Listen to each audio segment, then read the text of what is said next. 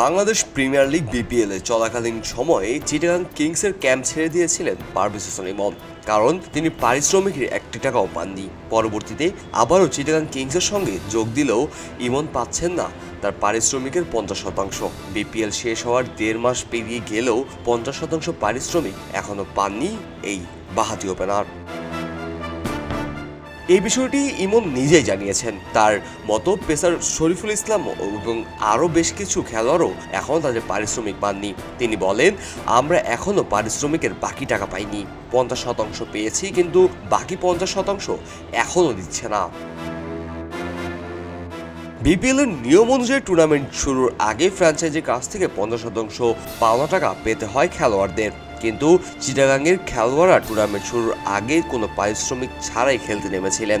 যদিও বিপিএল এর অন্যান্য ফ্র্যাঞ্চাইজিগুলো বেশ কয়েক দফায় পারিশ্রমিক নিশ্চিত করেছেন, চিটাগাং এবং দুর্বার রাজশাহী এখনও বাকি রয়েছে। ইমন আরও জানান, পারিশ্রমিকের বিষয়টা যদি চিন্তা করতে হয় তাহলে আমাদের মনোযোগে ব্যাঘাত ঘটে, যা আমাদের পারফরমেন্সে নেতিবাচক প্রভাব ফেলে। তবে চিটাগাং কিংসের সঙ্গে একই ধরনের সমস্যা তৈরি হয়েছে শুভেচ্ছা দূত হিসাবে আসা শহীদ আফ্রিদিরও। শহীদ আফ্রিদিও ডক্টর ইউনুসকে চিঠি দেওয়ারও ঘোষণা দিয়েছেন। আফ্রিদির সঙ্গে 1 লাখ টাকা চুক্তি করা হলেও তাকে পুরো পারিশ্রমিক এখনো পরিশোধই করেনি। মাত্র $19,000 পরিশোধ করার পর বাকি টাকা পেতে আফ্রিদিকে ক্রিকেট বোর্ডের কাছে চিঠিও লিখেছেন এখন পর্যন্ত।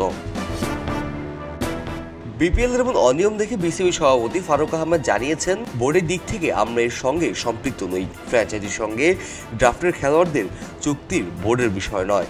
এখন দেখার বিষয় চিটাগাং কিংস তাদের বাকি পারিশ্রমিক আদায় করবে কবে এবং কিভাবে। খেলোয়াড়রা কি তার পারিশ্রমিকটা ঠিকমতো পাবে নাকি থাকবে ধোঁয়াশার মধ্যেই। কাজী মোহাম্মদ আরাফাত, কে স্পোর্টস, খবরের কাগজ। খবরের কাগজ, নিখাত, নির্ভীক, নিরপেক্ষ।